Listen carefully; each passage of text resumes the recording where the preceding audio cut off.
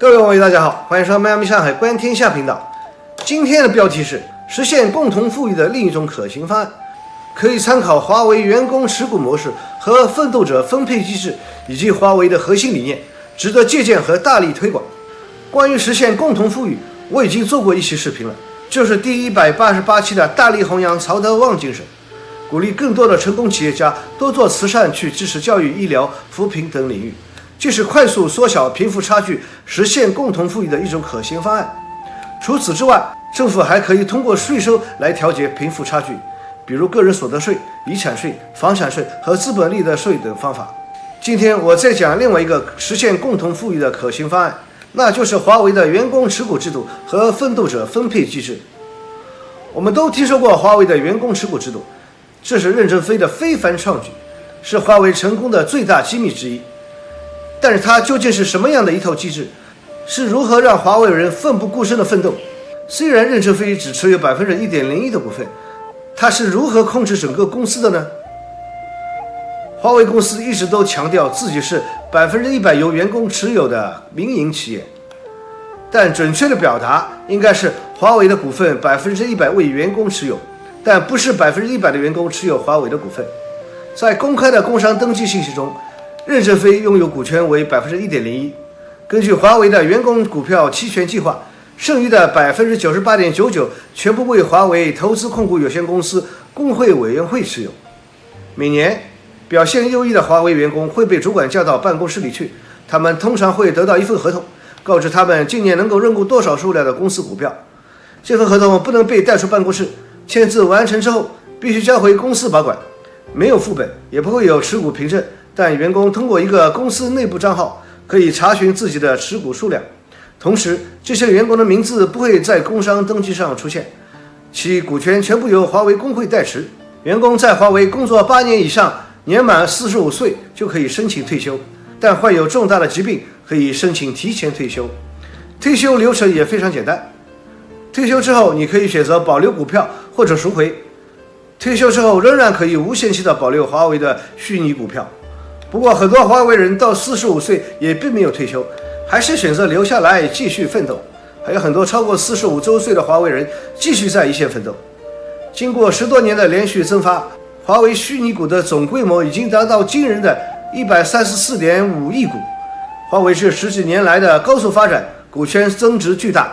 通信设备行业的毛利率普遍都在40%到80%左右。在华为公司内部有超过9万多人持有股票，收益相当丰厚。如果在2000年投资的华为股票，10多年之后所持股票价值增长超过15倍。2003年，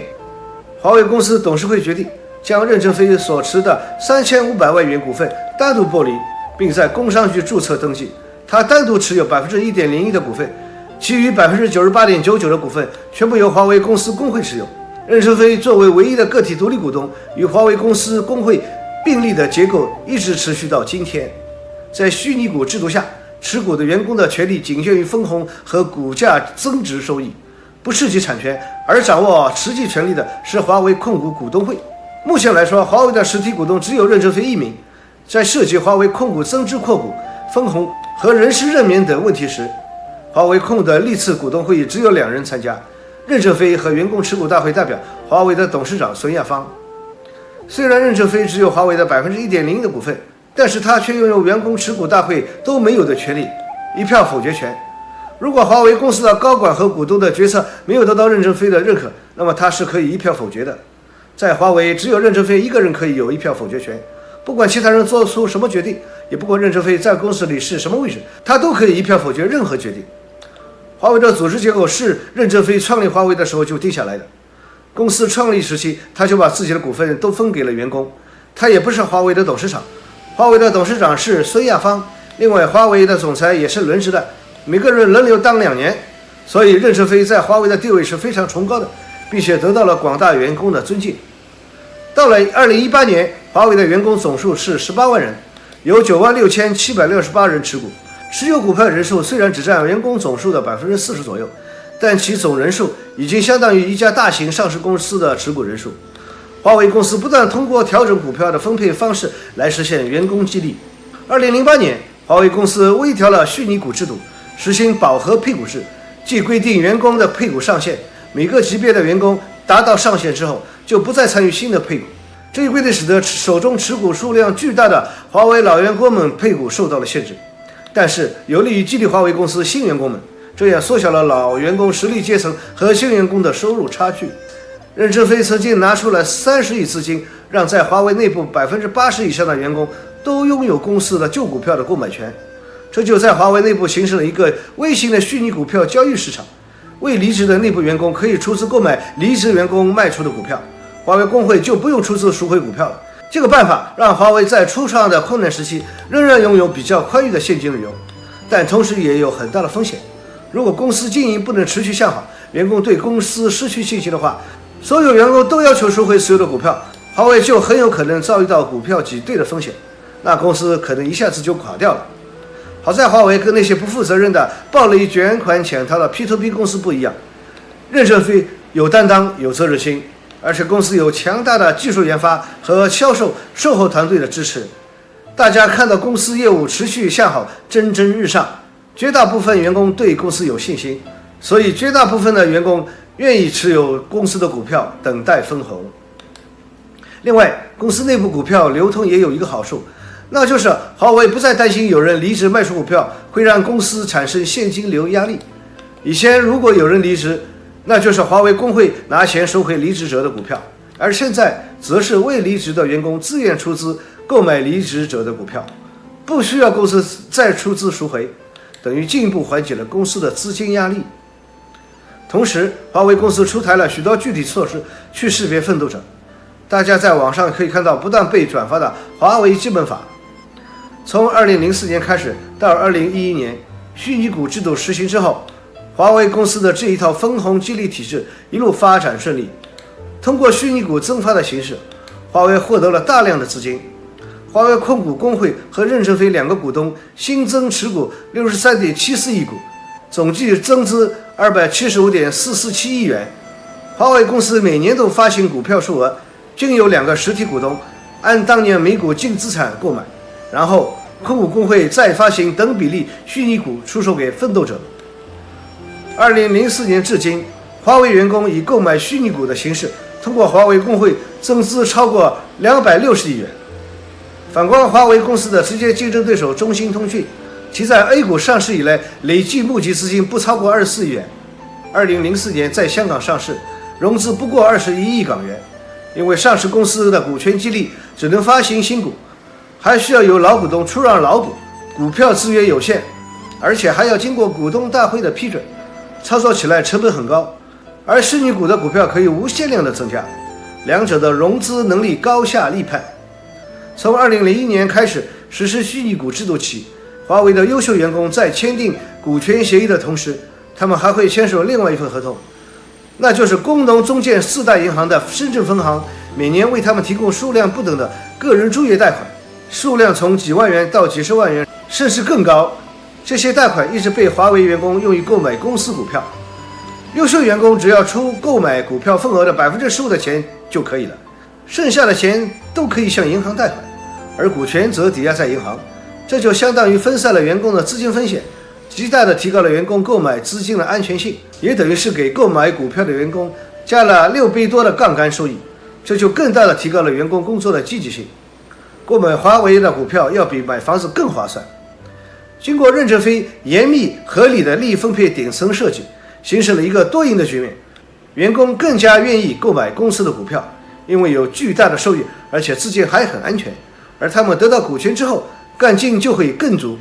对华为来说，越多员工购买股权，也就越能保证公司有充足的现金流，同时也把风险分散给所有购买股票的员工和银行。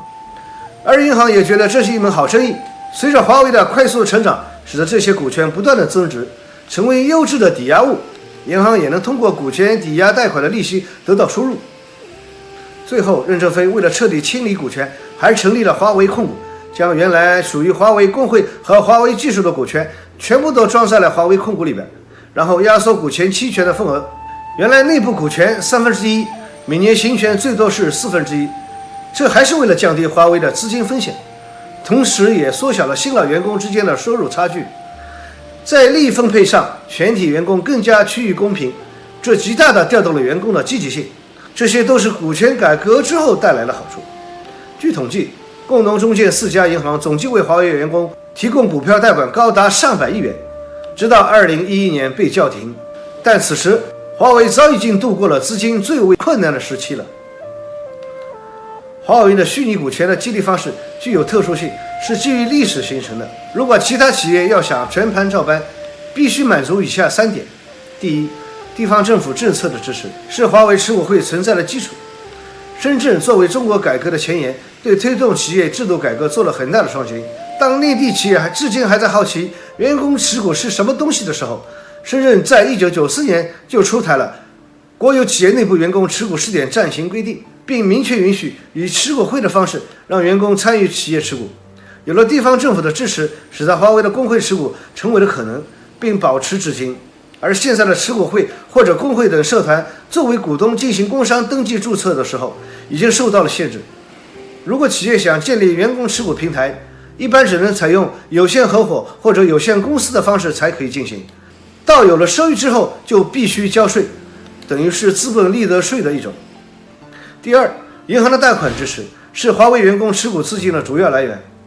华为全员持股中，华为员工的资金来源为工农中建的商业银行贷款。商业银行之所以愿意给华为员工贷款，无疑是对其发展长期看好，以及华为的优良商业信用。华为本身对商业资本就有很强的吸引力，也是一种寻求和华为长期引起合作的方式。如果其他公司要做员工股权激励，一般都来自于员工的自筹资金，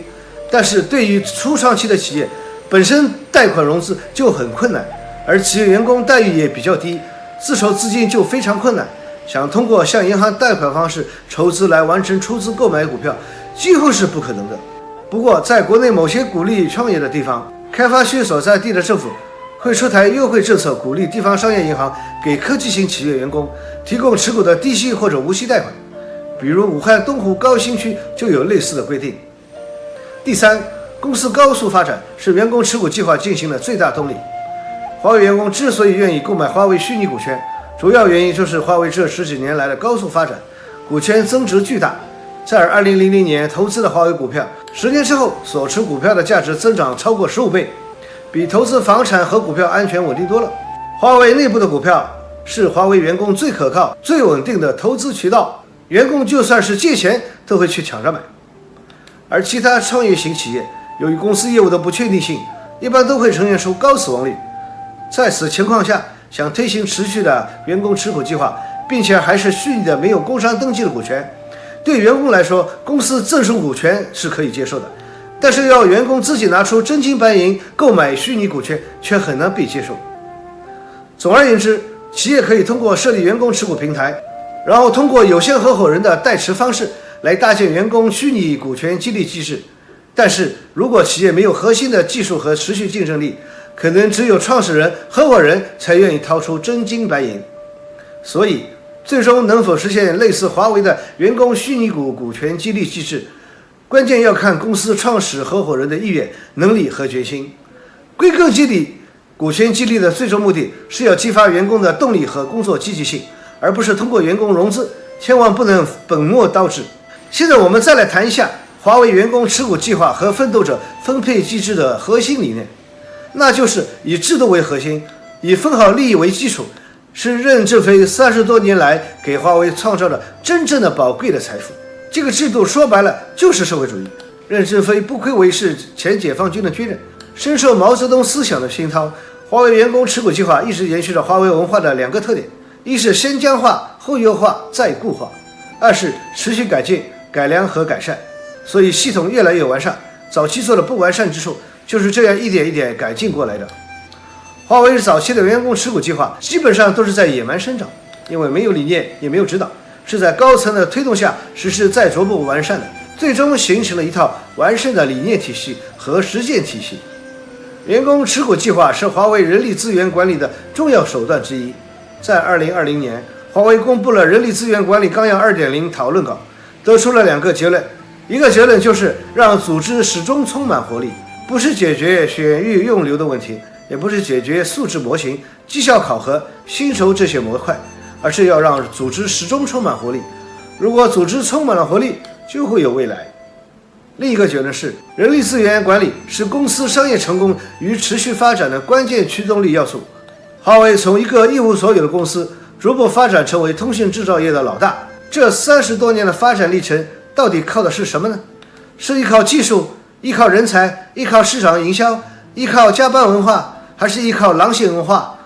华为给我们的回答是，人力资源管理是华为公司商业成功与持续发展的关键驱动要素，没有之一。华为把自己成功的秘密大白于天下，那就是人力资源管理。而人力资源管理的核心就是员工持股计划。但是员工持股计划是华为人力资源管理的重要手段之一，却并不是全部。在人力资源管理纲要 2.0 的文稿中，提出2种创造驱动力：精神文明加物质文明。其中物质文明的一个重要来源就是员工持股计划。创造驱动力不能仅仅只通过金钱去解决，所以华为从去年开始一直在提倡精神的文明。同样在人力资源管理纲要 2.0 的文稿中提出来，未来人力资源管理的3个关键领域：干部、人才和组织。这些都是教科书上的很少提到的，这是华为通过自己的实践总结出来的，非常值得学习和探讨。任正非讲过，在华为成为世界第一之后，就进入了无人区。未来发展怎么办？关于未来发展的问题，任正非又说，方向大致正确就可以了。现在想要完全正确已经很难了，因为技术进步的太快，市场环境变化的太快，黑天鹅、灰犀牛经常冒出来，蝴蝶效应也不断的加大，不可能再制定出完美的战略或者计划，因此方向大致正确即可。组织要充满活力，必须解决不懈怠的问题，这和当年毛主席解决如何使全党同志保持那股干劲的问题如出一辙。员工持股计划正是解决这个问题的重要手段。这就是华为基于自身的实践提出的重要理念：多劳多得与获取分享制。首先，华为这次人力资源管理纲要 2.0 的文稿中多次提出多劳多得，并且大量出现。这个词已经很陈旧了，但华为评价标准并没有模糊化，依然坚持以奋斗者为本，多劳多得，不让雷锋吃亏。雷锋也是要富裕的原则，只有这样，人人才想真当雷锋。其次，获取分享制。我们现在很多企业不是获取分享制，而是评价分配制，那就是先通过考核给员工区分 A、B、C、D， 再看今年能拿出多少钱进行分配，再根据 A、B、C、D 给员工分钱，这叫做评价分配制。华为现在强调的是获取分享制。比如苹果公司在成立40周年的时候，大门口放了2面旗帜，这是苹果公司一名员工设计的海盗旗。苹果公司为什么要把一面海盗旗放在公司门口呢？那是因为乔布斯曾经说过，宁做海盗不做海军。海盗就是获取分享制，海盗自己抢钱，抢多少吃多少，多劳多得，不劳不得。因此索马里海盗始终充满着战斗力。任正非曾经说过，为什么华为的员工战斗力比别人强呢？就是因为分钱分得比别人好，而分钱的机制就是要求自己去获取，在获取与回报之间有一种内在的关联关系，所以华为提倡获取分享制。那么获取点在哪里呢？一定是在外部获取，内部是没有的。获取分享制已经成为华为公司价值分配的基本理念，敢于开展物质表彰，导向冲锋，激发员工活力，公司就一定会持续发展。我们很多企业的薪酬差距越来越拉不开了，基层员工和最高层薪酬差距在8倍是最合适的，但是现在的很多企业达不到这个标准。华为提出要拉开差距，要给火车头加满油，火车头就是给公司拉车的那些人，这些拉车的人可以流汗，但绝不能流泪伤心。拉车的人和坐车的人获取的就不应该一样，拉车的人是创造价值，创造业绩，为客户服务，坐车的人是坐享其成。如果坐车的人获取的比拉车的人更多，谁还会再为公司拉车呢？大家全坐到车上去，在公司就会形成一个阶层，或叫做阶级，这个阶级就叫做实力者阶层。大家都不拉车了，坐吃山空，即使再好的公司，过不了2-3年也得倒闭，这就是核心问题。从发展的角度讲，华为的一些做法有很多大锅饭的性质，因为华为更多的是风险共担责任制。我们举2个例子，一个是华为在内部进行反腐败，将反腐败获得的钱分配给所有的员工，大家分享5 by 成果。二是华为在2015年的时候，将管理改进节约省下来的费用重新发给员工，每个人都获得1000美元。实际上，这就是前面所说的共同创造、共同参与、共同贡献、共同分享机制。多劳多得是华为的价值分配观。员工持股计划本身就是价值分配的一种方式，总原则是多劳多得，少劳少得，不劳不得。从管理层面讲，想获得更多就要多劳，多劳才能多得，少劳少得，不劳不得。如果看别人多得就眼红，还想要获得更多，这就会造成利弊驱逐良币。邓小平也曾经说过，雷锋叔叔不见了。雷锋叔叔为什么会不见了呢？那就是因为我们的分配机制为公司拉车子多劳的人不多得，就没有理由再继续做下去了。华为的价值分配观需要我们很好的去理解。华为一直强调向劳动所得倾斜，同时一直在控制一个比例，这个比例叫做劳动所得与资本所得的比例。公司的利润多少被劳动者拿走，多少被资本拿走。华为现在是达到了3比1，3份归劳动者，1份归资本。华为严格控制资本对价值分配的贪婪，资本就是坐车的，劳动者就是拉车的。很多公司没有注意到这个问题，所以要求员工拼命工作，搞企业文化，搞考核，或者降低成本，增加了销售和利润后，老板们自己却去买宾利、买游艇、买私人飞机、买豪宅等。像这样的状况，劳动所得与资本所得的比例差距实在太大了。华为对此的解读是，全体员工艰苦努力，不断创造成就，公司的发展是公司价值创造的主体，理应得到更多的回报。公司一方面实行员工持股计划，是基于责任贡献分配虚拟授权股，以肯定员工过去做出的责任贡献，让员工分享公司持续发展的红利。另一方面，形成劳动所得优先于资本所得的分配原则3比1，承认资本承担了发展风险，应获得合理的回报，但更注重要劳动者获得更多的激励分配。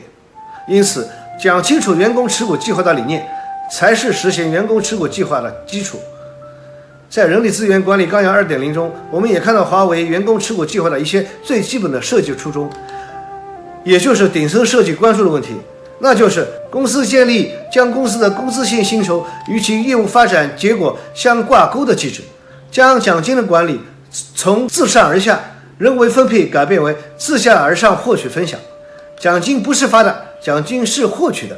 然后才进行分享。组织中员工的主要短期激励资源来源于业务发展与经营发展的结果，形成由创造分享、利益分享、风险共担的机制。这是最基本的个体激励以及贡献回报，也是员工持股计划激励的一个重要原则。员工持股计划必须有倾斜，比如说艰苦地区肯定是高于非艰苦地区的级别的。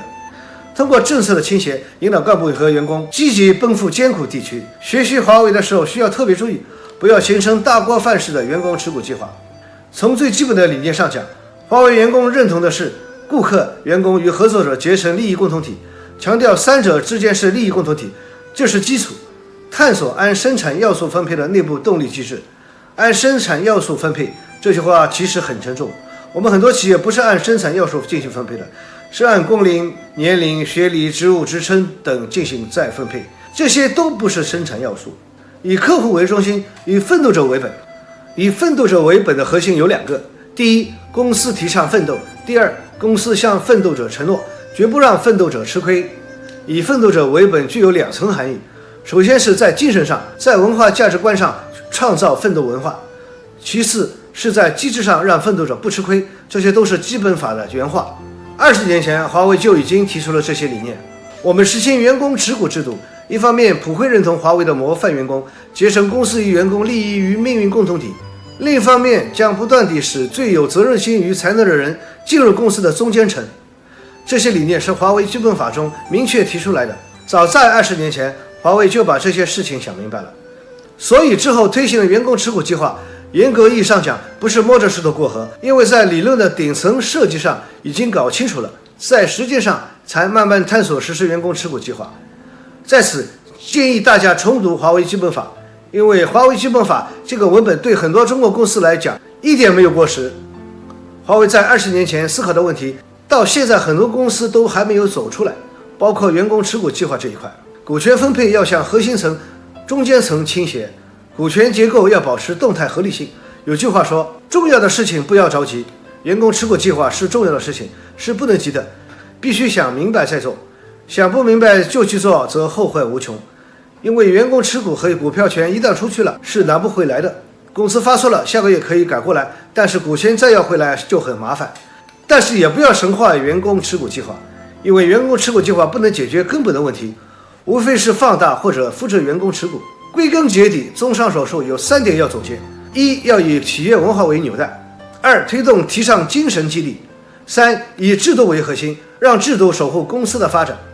我认为这3点是任正非30多年来给华为创造的真正宝贵的财富，也把任正非的华为变成了华为的任正非。华为正是以制度为核心，以分好利益为基础，解决过去、当前和未来的问题。